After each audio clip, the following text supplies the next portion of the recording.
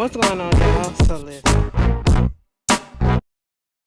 What's going on, y'all? So we are back again for another episode review of The Oval Season 4, Episode 19. It's no secret. It's no secret that I'm getting a little bored with this show. Okay, close. You didn't want to close? I'm sorry, I'm putting something up. It's no secret I'm getting a little bored with the show.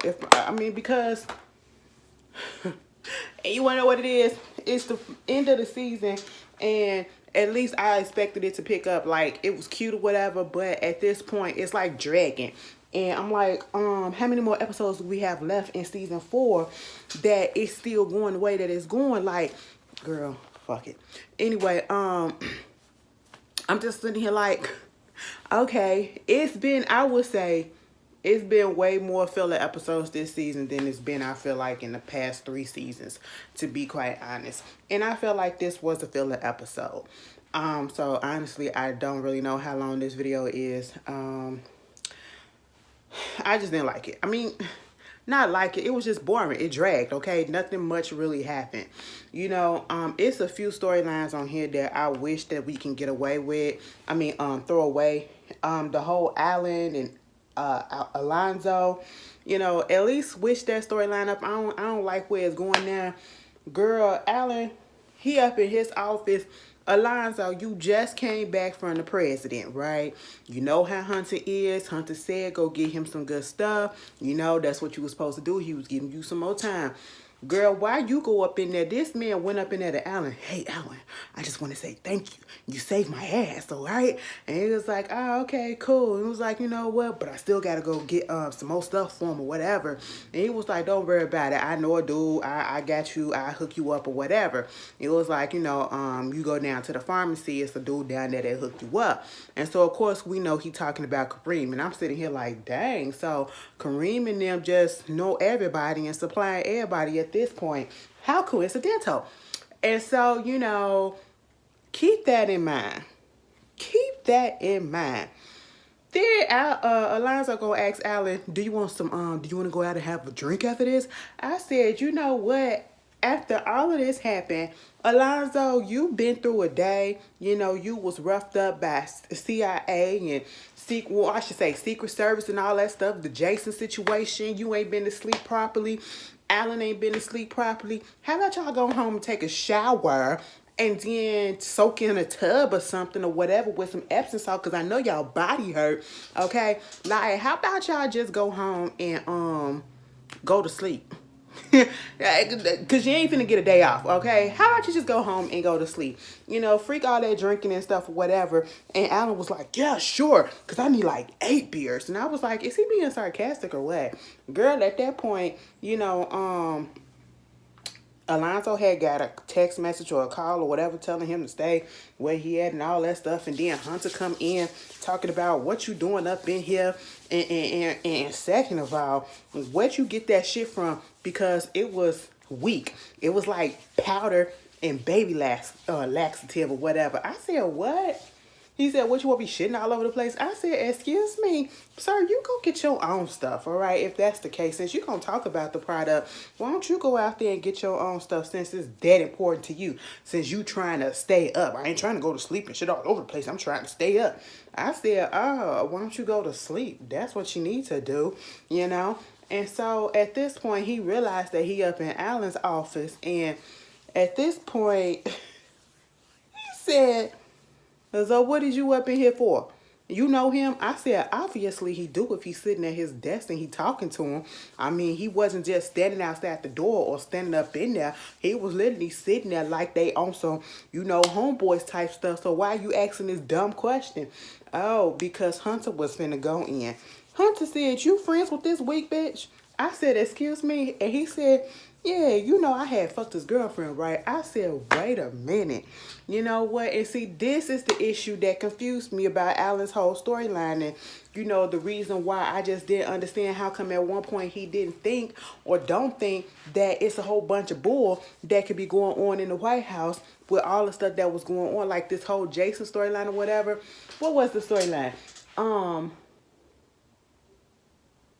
Not that one, but when Donald had showed him and said that Ellie was messing around with Giff and Griff or whatever, and that's the reason why she died, because he killed her because he was in love with her and all that stuff. And I'm sitting here like, first of all, why would you believe that when you just went through a situation where First Lady was the one who told you to kill her, and then all of a sudden, because you told her not to, that you wasn't going to do it, and you didn't do it in the timely fashion that she wanted you to, all of a sudden a bullet come through your door or through your house or whatever.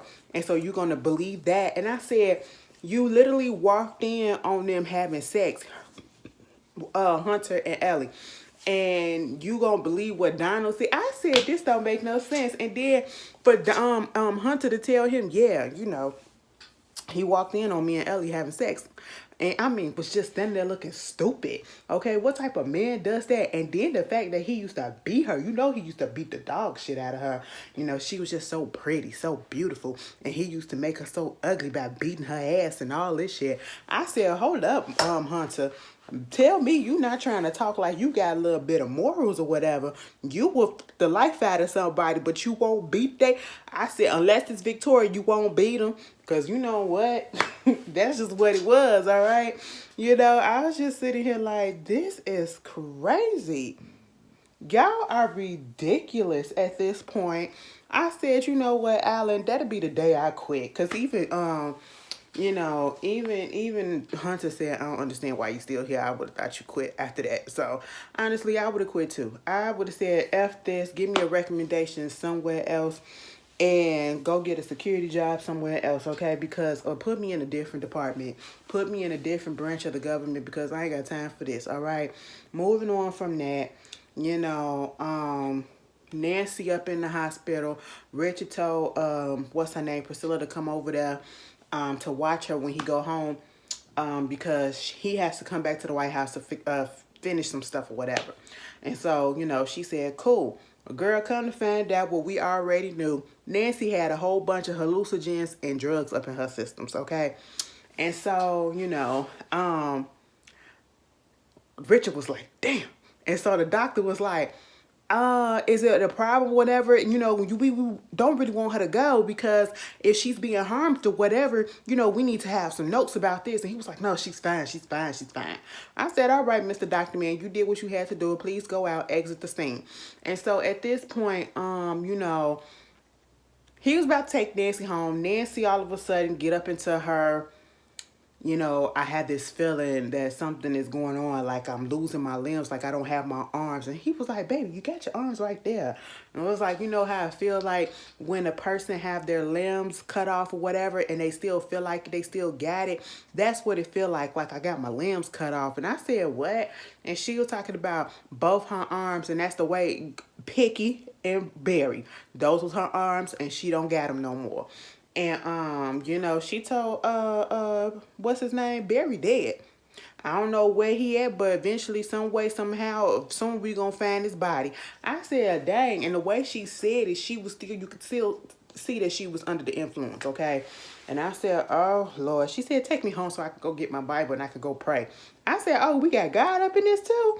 I'm just saying because ain't nobody said nothing about God. And if they have, they haven't said nothing about God in a long time. I said, nah, y'all, a lot of y'all on this show need some God, but shoot, when? Okay? Meanwhile, you know, you got that happening. Who else? Simone had called up there. Simone called up there to Victoria. Now, Simone Leone, I don't know what you thought that you was going to do, okay? Simone, if you would have, no. Let me just say this. Simone, girl, this what you should have did. Simone called up there talking to Victoria, talking about something. Hey, First Lady, do you want to go, can you come over and we can go get lunch? And she was like, bitch, I don't get lunch. I'm the First Lady. I'm not the second lady, okay? I can't just go and get lunch, and I don't go and get lunch with just anybody.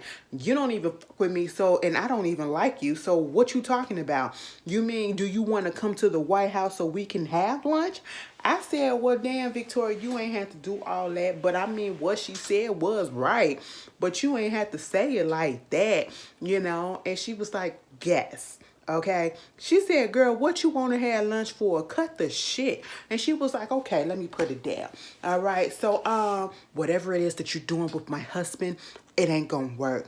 And I found your earrings up in his pocket or whatever. So whatever you're doing, it ain't gonna work. And I know he's being unfaithful. And I said, girl, what? Now let me tell you something, Simone. You a strong black woman. And what you should have did, let me flip this whole thing. Now, Tyler, you making me mad with this situation, too. You making me mad with this situation because I want fireworks.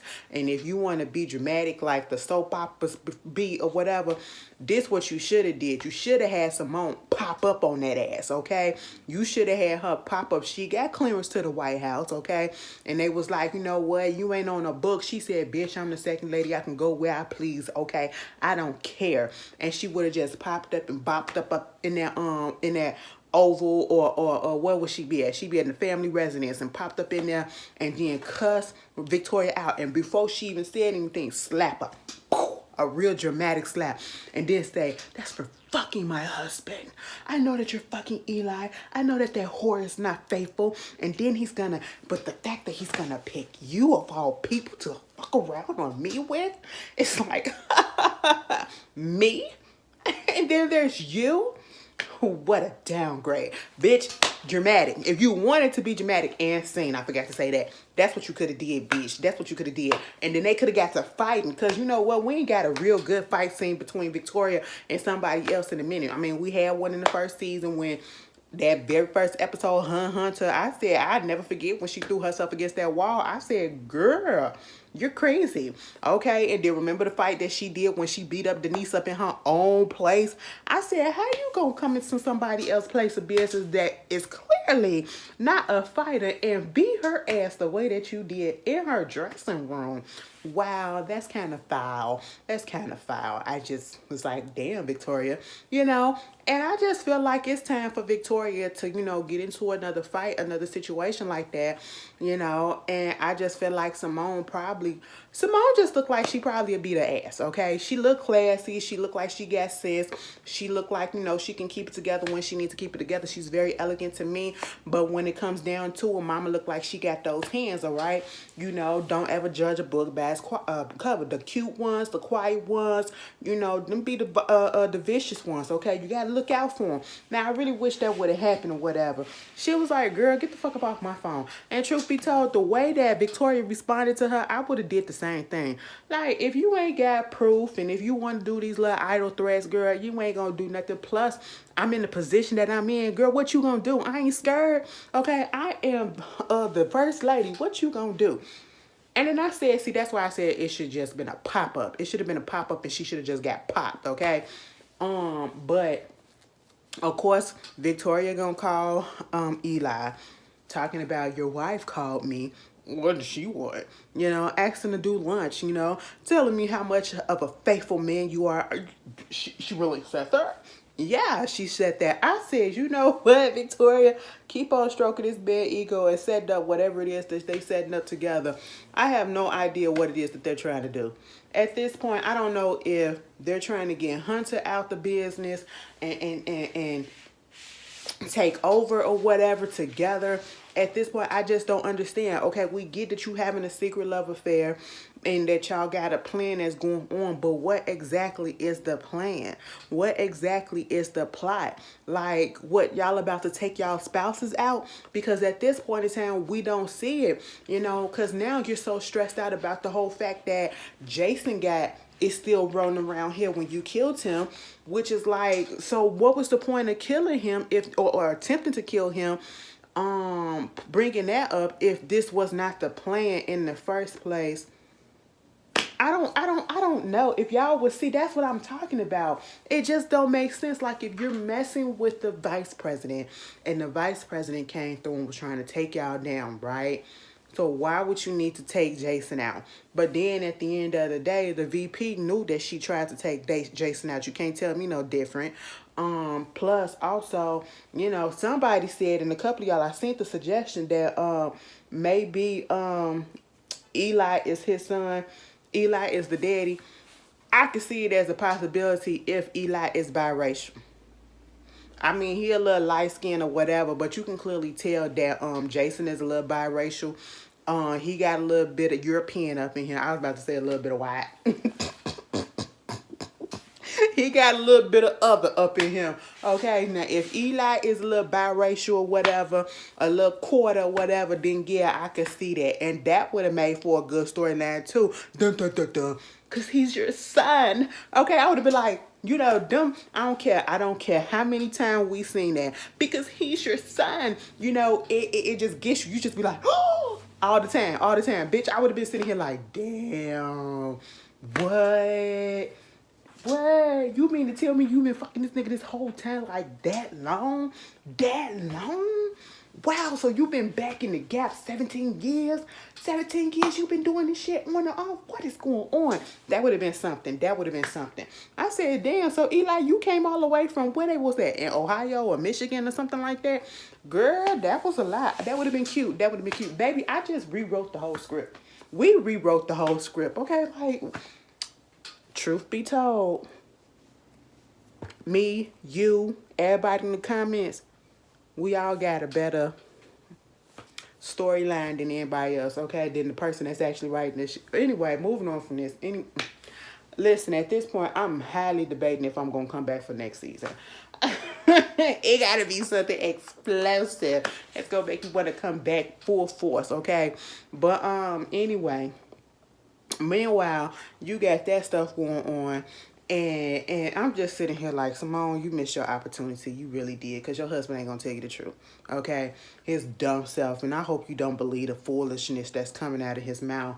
Moving on from that, what else is going on? Cal had to go talk to Donald about the fact that, you know, they ain't found the body. I mean, they ain't found Jason yet. And they trying to figure out who the people is that was doing this. Where that man that they had, that got away. And so it was like, Sam probably, you know, they called Sam in. Sam lying his ass off, all right? Sam lying his ass off talking about, so, listen, I don't know nothing that's going on. All I know is that the reason why I was there is because we got some intel from the FBI, from this particular agent. You can call him up and you can ask him yourself if you want to verify it. And then about a threat to the president. And then at this point, what's his name? Donald said, well, how come I ain't know? Well, I don't know how come you ain't know. Because, listen, they ain't tell you, and they told us not to say nothing. So, listen, we don't tell y'all everything. You know, he was like, all right, let me find out you lying. It's going to be your ass. Sam said, girl, all right. He wasn't sweating it. But you want to know who got him sweating and who got him pressed? This whole situation with Priscilla and Bobby, baby, I needed to stop. I needed to stop. You know what? Because at this point in time, it was fascinating. I didn't even want to say it was fascinating. It was like, oh, girl, what? You know, but then now y'all dragging it out a little bit too long. Y'all dragging it out a little bit too long. Honestly, Priscilla and Bobby, if they was going to play around, they should have went on ahead and did it the first time that they linked. Okay, when they was at that restaurant. And, you know, he should have banged her out in the car outside in the parking lot. That's just basically what I felt. Okay, if that was going to happen. You missed the opportunity, so now we're moving on past it. And at this point in time, it's a game. And Ashley don't like to play games when it comes to things like that. Okay, like, is we doing this or not? Please do not play games with me, okay? I am not about to be a willing participant, all right? But, you know, Priscilla had walked past and gonna say, hey, Bobby. No, gonna say, hey, have a nice day. And Bobby was like, hey, you too. She was like, no, I'm talking to you, Max. I said, oops. And then she was like, to Bobby, I'll see you later on tonight. Mind you, Sam walking up at the same time. And he was like, you gonna see her where? You gonna see her where? And I was like, you know what, Sam? Ain't nobody got time for you. Yeah, you was a bitch, okay? You a bitch. It was like, nigga, I beat your ass already. He was like, what you gonna do? You ain't gonna do shit. You ain't gonna do shit. I said, y'all arguing right outside the vice president door. I said, that is some thick wood up in that White House because can't nobody hear what's going on. You can't hear that commotion because I definitely would have got up and said, what is going on? It's a lot of chit chatter out here. Y'all supposed to be quiet. Okay, what is going on? What is the ruckus? You know? You want to know who Eli reminds me of? Since I said ruckus. Remember on the Boondocks? What was the dude name? What was the... Hold on. Hold on. Boondocks. And I'm pretty sure y'all know exactly who I'm talking about.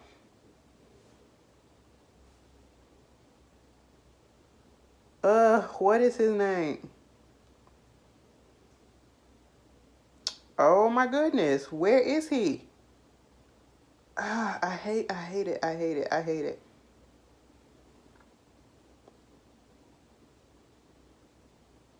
Y'all know the dude that always wear the suits, the little uptight bougie guy.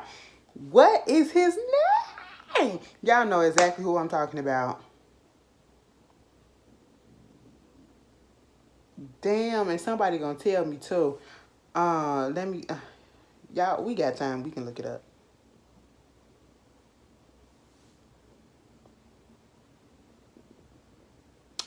Tom.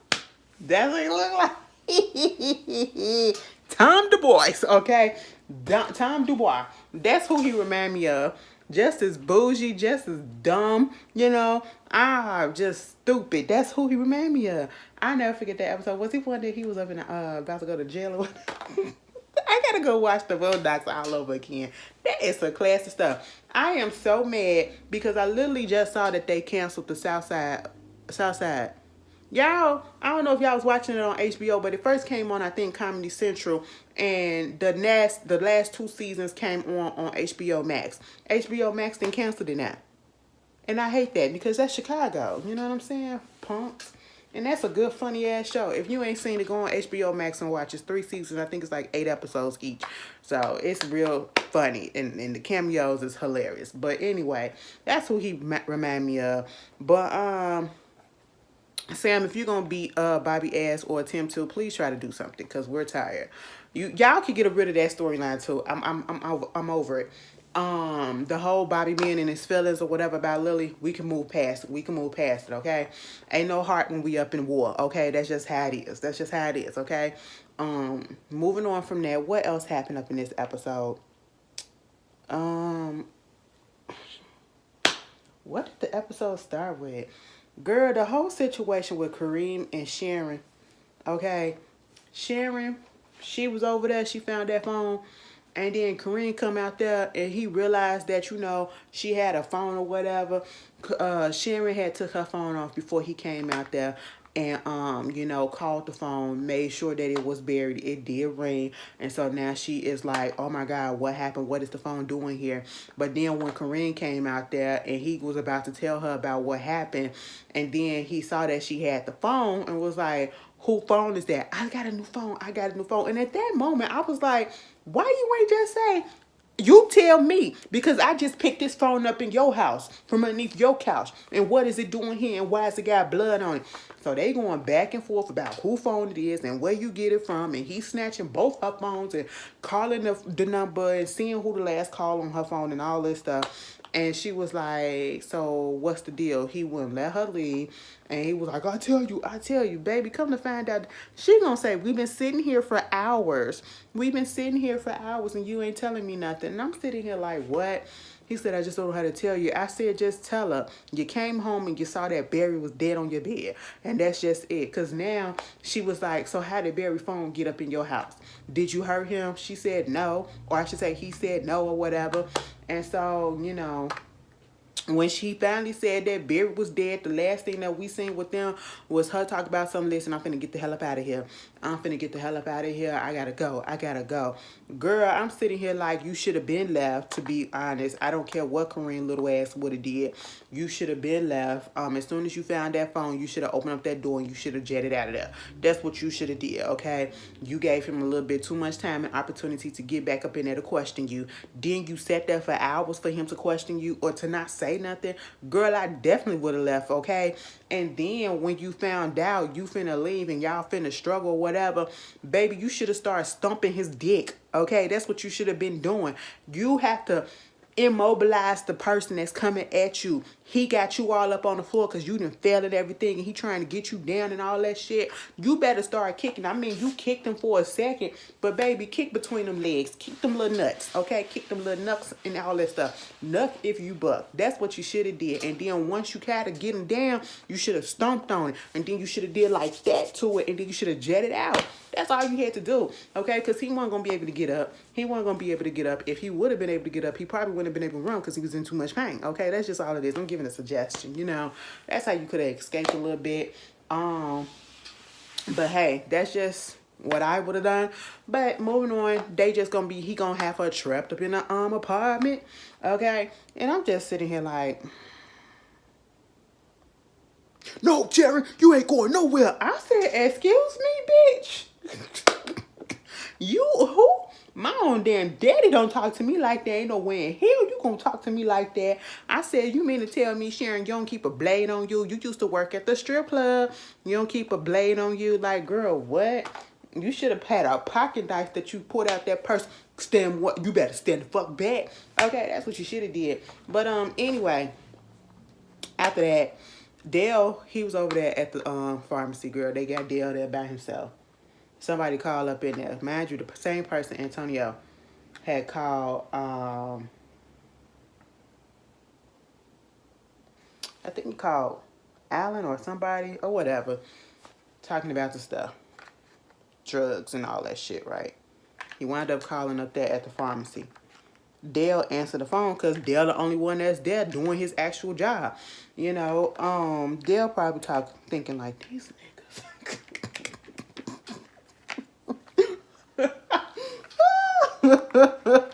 Baby, but they're too sweet acting to and I mean like sweet as a nice person to probably even think that shit. So let me take that back. And that's why I feel like I hate what's about to happen to him, because he is truly an innocent bystander. Dale is literally the only and a truly 100% innocent person on this show, girl. On this show, and you realize it, okay? He up there trying to man his business. Antonio called up there talking about something where Kareem at, and it was like, Kareem ain't here. Okay, well, you know, did my prescription come in? He said, well, what's the name on the prescription? And he was like, it's Jacob Stallworth. And he was like, okay, let me look. And he said, yeah, your prescription is here. And he was like, bet. And he hung up the phone. For some reason, Dale thought that was weird. I said, what was weird about that, Dale? Because it was paced out the way that he said it or whatever. Because you could call up there and check and see if your prescription is ready. If you ain't got it, you know, sent to your email and all that stuff, and notification on your phone or whatever. You can check on the status. And so Dale went over there. Something told Dale, doesn't just go ahead and look. Baby, Dale found like at least 15 goddamn packages that said Jacob Stallworth. And he said, huh? Maybe 1, 2, 3, but 15? More than 5? What is going on? Now, see, that's where you should have just left it alone, Dale. That's when Dale Whiteside started kicking in. Because I said, Dale, we don't do this. We don't do this, baby. We see a whole bunch of packages. Maybe it's somebody going through a terminal illness or whatever, and they just need this little bit of medication, all this medication to stay alive, okay? And you going through their stuff. I said, first of all, why is the bag ain't snapped up? I get my prescriptions and everything, and they always staple the bag up, okay? So Dale had looked through the stuff. He opened it up. I said, oh, where the staple at? Why is it not closed? Okay. That mother could start going through the bag, and then this. When I tell you some people are just so obvious with stuff, he pulled out the drugs that was in there. He was like,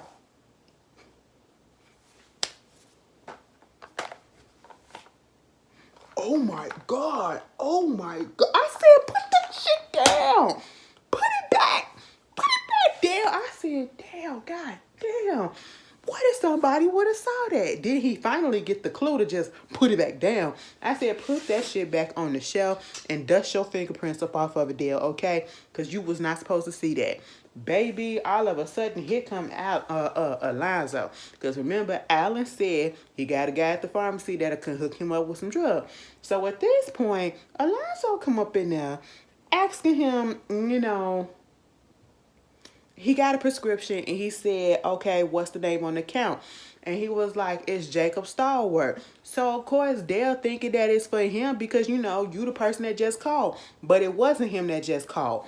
It was Antonio. So, you know, at this point, he gives him the drugs or whatever. And he gonna open up the stuff. And I'm sitting here looking like, at this point, Dale thought that all of that was for him instead of just one of the prescription bags. And see what messed Dale up and what, you know, which I didn't understand was the fact that Dale rang him up and it was like $6,432.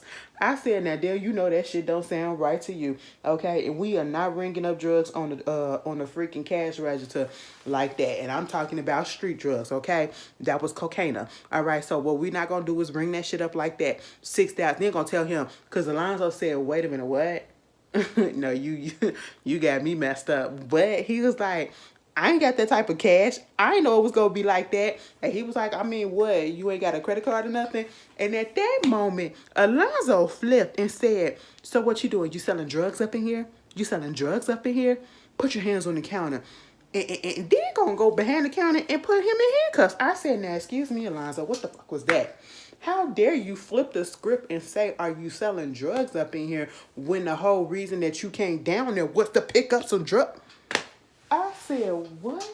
So you're going to arrest yourself because you was coming down there to pick up drugs?